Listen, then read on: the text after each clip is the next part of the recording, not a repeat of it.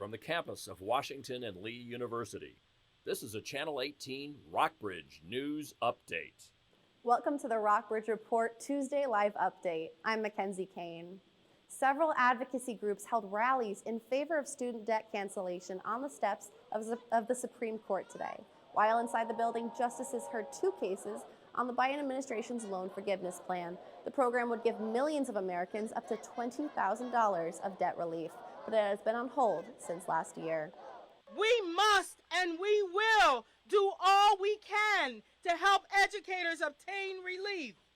We must and we will continue the pursuit toward our ultimate goal of ensuring not one, not some, but every single student has what they need and what they deserve to live into their brilliance.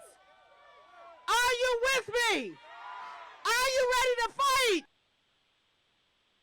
The conservative justices who hold the Supreme Court's majority question Biden's plan to reduce student loans. Federal student loan payments are still on a pandemic-related pause. How and when the justices rule will determine when those payments resume.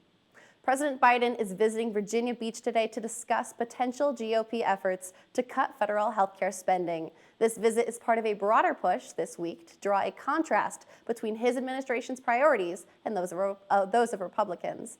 Biden is expected to build on that message in a meeting with House Democrats on Wednesday and before Senate Democrats on Thursday. The effort to highlight major differences with Republicans comes as Biden is expected to launch a re-election campaign this spring.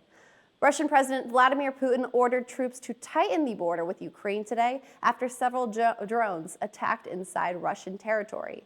One drone crashed just 100 kilometers, or 60 miles, from Moscow in an alarming development for Russian defenses. The drones caused no injuries but raised questions about the Kremlin's security more than a year after Russia's full-scale invasion of its neighbor. And as we enjoy some warm weather here in Lexington today, Californians got hit with more snow as a new winter storm moved into the already drenched state.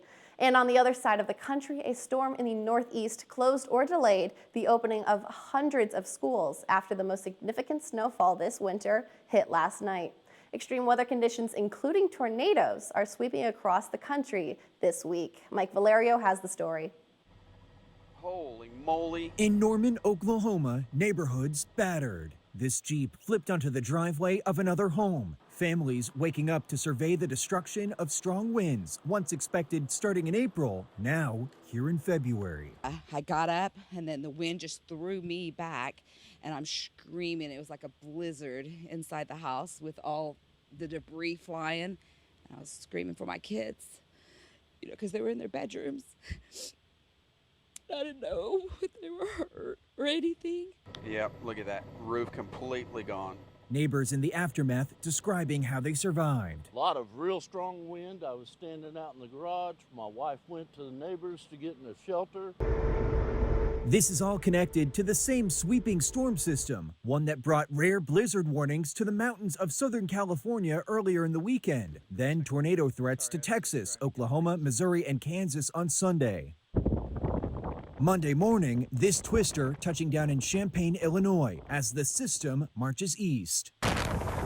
Back on the West Coast, a new system of rain and high elevation snow pushes from the Pacific Northwest into California and the Rockies. I'm Mike Valerio reporting.